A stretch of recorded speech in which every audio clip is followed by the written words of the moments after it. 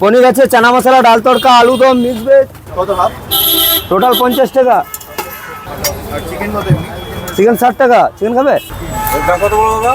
50 টাকা। 4টে রুমালি ভেজ সবজি 50 টাকা।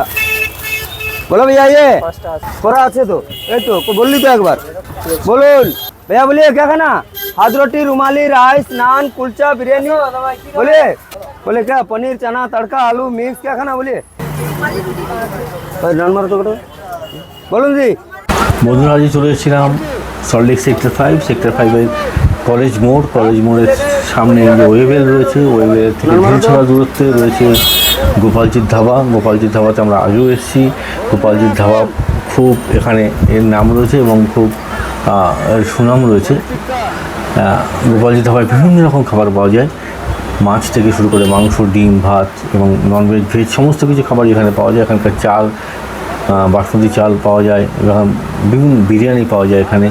তো বিভিন্ন রকম খাবার এখানে পাওয়া যায় এবং প্রত্যেকটা খাবার খুব সুস্বাদু। সেই জন্য এখানে সবসময় যারা আইটি সেক্টরে চাকরি করেন বা পথ চলতি মানুষ তারা প্রত্যেকেই কিন্তু এখানে এসে ভিড় করেন এখানকার খাবার গ্রহণ করবার জন্য।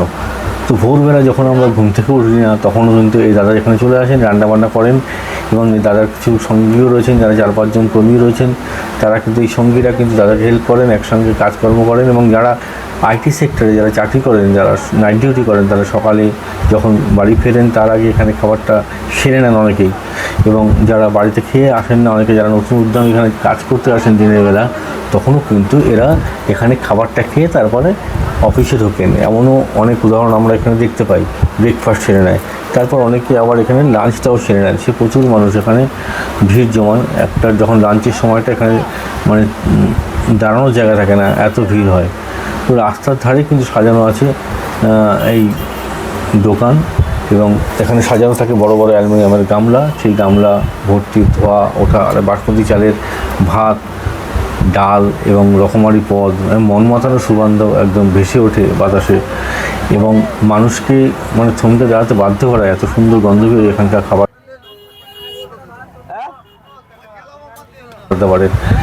তো দামি রেস্তোরাঁ, দামি হোটেলে আমরা তো অবশ্যই যাই, সেখানে একটা অন্যরকম অ্যারিস্টোক্রেসি আছে, আভিজাত্য আছে। কিন্তু গোপালজির ধাবা কিন্তু এই খোলা আকাশের নিচে, এখানে কিন্তু সেই হোটেলের সেই অ্যাম্বিয়েন্সটা হয়তো পাওয়া যায় না, কিন্তু তবু কিন্তু মাঠের কাছাকাছি থাকা সত্ত্বেও কিন্তু এখানকার কিন্তু খাবার দাবারের স্বাদ কিন্তু এর মধ্যে কিন্তু আন্তরিকতা রয়েছে এবং অতুলনীয়, খেতে দারুণ। খেতে আপনারা আসতে অবশ্যই ট্রাই করবেন। এখানে খিদে মেটানোর জন্য আপনাদের শুধু বড় বড় হোটেলে যেতে হবে তা কিন্তু নয়। এই সল্টলেকে বা আমাদের সারা কলকাতা জুড়ে প্রচুর স্ট্রিট ফুড পাওয়া যায় বিভিন্ন দোকানে। সেই দোকানের যে খাবার পাওয়া যায় তার কিন্তু খাবারের মান কিন্তু কোনো অংশে কিন্তু হোটেলের থেকে কম নয়। তো আজকে তোমাদের দেখাবো কী কী খাবার এখানে পাওয়া যায়। দাদার সঙ্গে মাঝে মাঝে আমরা কথা বলছি, দাদা প্রচণ্ড ব্যস্ত রয়েছে এখানে। তো সল্টলেকের হাজার হাজার কর্মব্যস্ত মানুষ কিন্তু এই মানে জায়গায় কিন্তু এসে খাওয়া দাওয়া করেন। তাদের এই বড় বড় প্যান্ট শার্ট পরা অফিসার থেকে শুরু করে ডেলিভারি বয় থেকে শুরু করে সাধারণ মানুষ, বড় উচ্চপদস্থ কর্মী থেকে একটু নিচুতলার কর্মী, তারা সবাই কিন্তু একদম পাশাপাশি বসে এখানে খাবার দাবার এখানে খেয়ে যান এবং প্রতিদিন কয়েকশো মানুষ পেটের খিদে মেটান কিন্তু এই গোপালজির ধাবাতে এসে। বাঙালির তো 12 মাসে 13 পার্বণ থাকতেই পারে, কিন্তু দিনের শেষে কিন্তু একটা তৃপ্তির মানে শেষ কথা হলো কিন্তু এক সাদা ভাত, ডাল আর মাছ। এটা বাঙালি মাছে ভাতে থাকতে খুব ভালোবাসে, আমরা সবাই জানি। তো গোপালজির ধাবায় ঢুকলেই প্রথমেই কিন্তু আমাদের নজর কাড়বে কিন্তু বিশাল বিশাল অ্যালুমিনিয়ামের এই গামলাগুলো। সেই ঢাকনা খুললেই কিন্তু এখানে গন্ধ বেরিয়ে আসে সেই বিভিন্ন রকম মাছ। এখানে কী মাছ নেই। তো আপনার এখানে কাতলা মাছের কালিয়া থেকে সর্ষে বাটা দিয়ে বিভিন্ন রকম মাছ, পাবদা মাছ, বিভিন্ন রকম চিকেনের আইটেম, মটন থেকে শুরু করে এখানে বিরিয়ানিও রয়েছে। বিভিন্ন রকম খাবার কিন্তু এখানে পাওয়া যায়।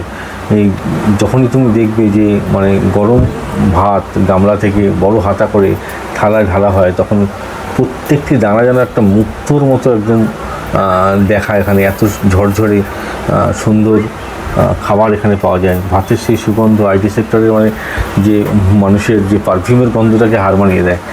তো এই ভাতের রাজকীয় রূপ মানে দেখলে কিন্তু অর্ধেক খিদে মেটে যায়। ক্ষুধার্ত পেটে এই গরম ভাতের ছোঁয়া যেন এক মানে সত্যি কথা বলতে পরম প্রাপ্তি। তো তো এই ভাতের যে যোগ্য সঙ্গত দেয় কিন্তু এই ডাল পাওয়া যায়, ডাল তৈরি হচ্ছে, বিভিন্ন খাবার তৈরি হচ্ছে। এর স্বাদ আপনি না নিলে কিন্তু অবশ্যই আরও মিস করে যাবেন। এখানকার ডালের বিশেষত্ব হলো কি, খুব সুন্দর এই ডালের স্বাদ খুবই সুন্দর। আমরা খেয়েছি আগে, তোমরাও আসলে এখানে অবশ্যই ট্রাই করো।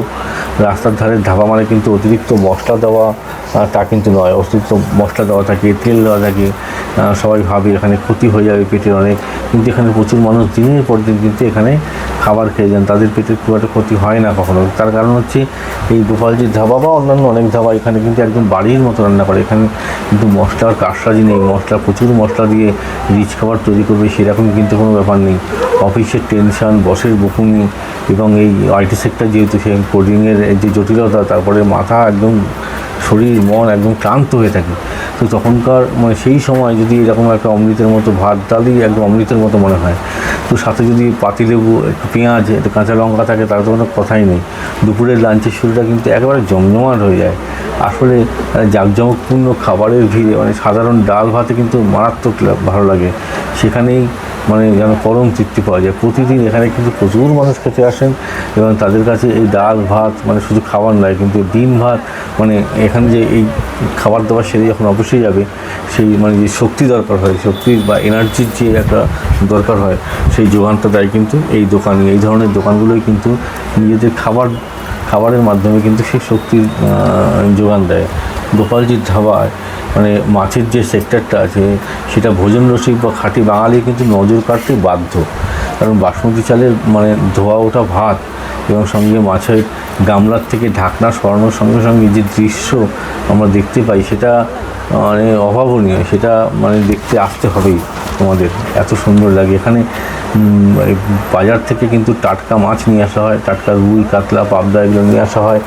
বাসি মাছ কিন্তু এখানে, বাসি মাছের কোনো জায়গা নেই। কারণ এখানে প্রত্যেকটা মানুষ কিন্তু, অনেক মানুষই কিন্তু প্রতিদিনই এখানে খাবার খান। সেখানে খাবারের যদি মান ঠিক না থাকে, তাহলে এখানে তারা রোজ খাবেন না।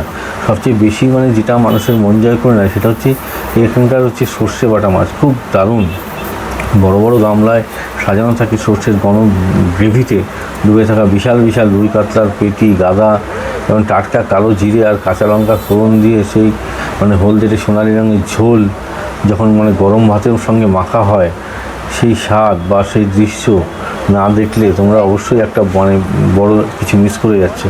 তো প্রত্যেকটা মুহূর্তে যেন একটা তৃপ্তি। শুধু সর্ষে বাটা নয়, এখানকার মাছের বিভিন্ন রকম পদ কিন্তু পাওয়া যায়। আদা জিরে দিয়ে পাতলা ঝোল বানিয়ে, মাছের কালিয়া থেকে শুরু করে কোনোদিন টমেটো, ধনেপাতা এসব মাখা ঝোল হয়। এবং মাছের ঝোলের সঙ্গে যে লালচে আভা, তার উপর আবার যত্ন সহকারে সাজিয়ে দেওয়া আস্ত কাঁচা লঙ্কা, সেটা একদম শিল্পের মতো, আঁকা শিল্পের মতো, ক্যানভাসে আঁকা শিল্পের মতো মনে হবে। আইটি সেক্টরের কর্মীরা যখন সারাদিনের যান্ত্রিক কাজ, এই প্রফেশনাল লাইফটা সেরে খুব ক্লান্ত হয়ে যায়, তখন টাটকা মাছের ঝোল আর ভাত যখন খায়, তখন বাড়ির মা কাকিমাদের কথা, রান্নার কথা কিন্তু মনে করিয়ে দেয়। মাছে ভাতে বাঙালি যে চিরাচরিত অভ্যাস, সেটা গোপালজির ধাবাতে আসলে একদম সেটা কিন্তু ফিল করতে পারবে সবসময়। সেটা বাণিজ্যিক একটা এলাকা হলেও কিন্তু এর কিন্তু একটা ধারা গোপালজির ধাবা কিন্তু বজায় রেখেছে, যে এখানকার খাবার খেলে সেটা কিন্তু তোমাকে মা কাকিমার হাতের রান্নার খাবারের কথা মনে করিয়ে দেবে।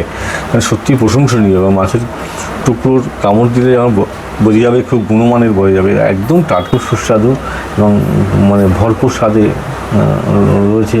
এখানে মাছের জাদুতে কিন্তু দূর দূরান্ত থেকে কিন্তু বা বিভিন্ন দূরের অনেক লোকও কিন্তু এখান থেকে এসে সল্টলেকে কিন্তু মাছ কিন্তু তারা খেয়ে যায়। মিক্স হয়ে দেবো। আমিষ খাবারও ভালো পাওয়া যায়, কচি পাঁঠার মাংস থেকে শুরু করে কষানো মুরগির ঝোল, তাছাড়া রয়েছে বিরিয়ানি, সুস্বাদু বিরিয়ানি রয়েছে।